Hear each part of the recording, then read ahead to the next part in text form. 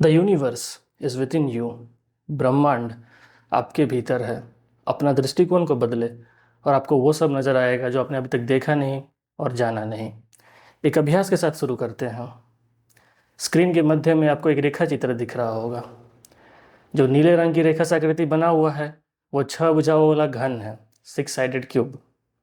उस घन क्षेत्र में आपको लाल रंग की रेखा से आकृति बना हुआ है, उसको हम डायमंड शेप या ज्योमेट्री में रोम्बस कहते हैं, या कभी कभी क्रिस्टल भी कह सकते हैं। और ठीक उसी के जैसा एक छोटा आकृति बना हुआ है हरे रंग का रेखा से। अब जब आप अपने दृष्टिकोण को बदलते हैं तो आपको एक समतल भूमि, फ्लैट प्लेन या स्क्वायर नज़र आएगा। और फिर जब अपने दृष्टिकोण को बदलते हैं तो वापस आपको वही डायमंड शेप, रोम्बस नज़र आएगा।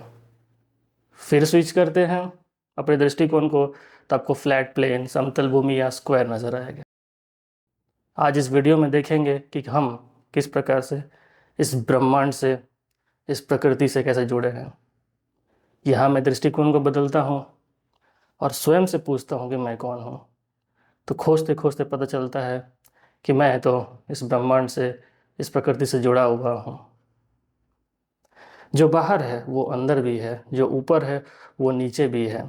As above so below. इसको हम पत्राचार का नियम कहते हैं, लॉ ऑफ करस्पॉन्डेंस।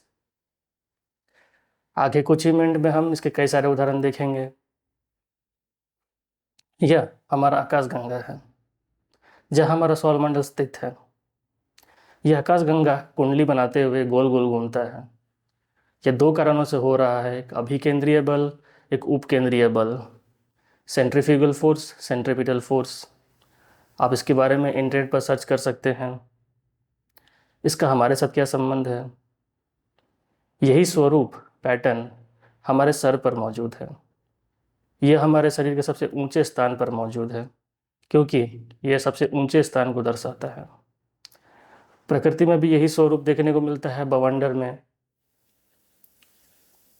आसमान में टिमटिमाते तारे, यही तारे मुझे सब्जी में, फल में, फूलों में, यहाँ तक कि स्वयं में नज़र आते हैं। अगर आपने वेट्रुवियन मैन की तस्वीर देखी हो तो स्वयं पर गौर करिए। 2 पैर, 2 हाथ और एक सर मिलकर बनता है 5 बिंदुओं वाला तारा। हम तारे हैं, हमारा स्थान ऊंचा है। हम तारे जैसा चमक सकते हैं अगर हम खुद को पहचान लें। जीवन में मैंने एक कथा सुनी है कि जब दादा दादी मर जाते हैं तो वे तारे बन जाते हैं। हमारा शरीर 5 तत्वों से बना है, पृथ्वी, जल, वायु, अग्नि और ईथर। एक दिन मुझे ज्ञात हुआ, जब मुझे गर्मी में प्यास लग रहा था, कि जिस प्रकार से गर्मियों में नदियाँ सूख जाती हैं, पानी नहीं होने के कारण, नमी नहीं होने के कारण मिट्टी फटने लगती है, ठीक उसी प्रकार जब मेरे शरीर में पानी नहीं होता तो मुझे सूखा लगता है, खून गाढ़ा हो जाता है और हृदय को मुश्किल होता है खून को शरीर के अलग अलग हिस्सों में पहुंचाने में। अगर मेडिकल टर्म्स में कहते कहें तो when you are dehydrated your blood thickens. नाड़ियाँ जो है वो नदियाँ हैं और नदियाँ बहती रहनी चाहिए, सूखी नहीं होनी चाहिए। ठीक उसी प्रकार सर्दियों में नमी नहीं होती है तो होंठ, एड़ी फटने लगते हैं, चमड़ी मुरझाने लगती है। अब आप जान गए होंगे कि हम इस ब्रह्मांड से, इस प्रकृति से जुड़े हैं। और गहराई से समझना है तो अगला मैं आपको भग्न, फ्रैक्टिलिटी के बारे में बताता हूँ। हमारा जगत भग्न है। भग्न का अर्थ होता है संचितीकरण, कंप्रेशन। भग्न एक संचितीकरण की प्रक्रिया है, कंप्रेशन की प्रक्रिया है, जिसमें कि वो अपने जैसा सेल्फ सिमिलर, स्वयं की प्रतिकृति, सेल्फ रेप्लिकेटिंग बनाता है और उसको दोहराता है। ब्रह्मांड, प्रकृति इस प्रक्रिया को कैसे करती है? एक प्रोफेसर है जिनको मैं फॉलो करता हूँ, उनकी किताबें पढ़ता हूँ। वे अपनी किताब में लिखते हैं कि 5 बिंदुओं वाला तारा सबसे बढ़िया आकृति है इस प्रक्रिया को करने के लिए, कंप्रेशन की प्रक्रिया को करने के लिए।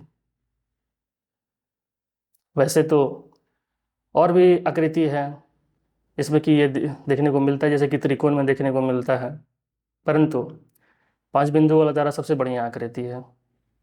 बहुत जगह आपको 5 फोल्ड सिमेट्री देखने को मिलेगा प्रकृति में। उदाहरण के लिए बाएं हाथ में 5 उंगलियां, दाएं हाथ में 5 उंगलियां, 5 तत्व, 5 इंद्रियां। और चेहरे के सिर्फ आगे वाले हिस्से को अगर हम देखें तो 2 आँख, 2 नाक के छेद और एक मुंह मिलकर बनता है 5। यही प्रक्रिया से, कंप्रेशन की प्रक्रिया से, संक्षिप्तीकरण की प्रक्रिया से हमारे अंदर बीज बनता है और संचय होता है। आज के लिए इतना ही। देखने के लिए धन्यवाद।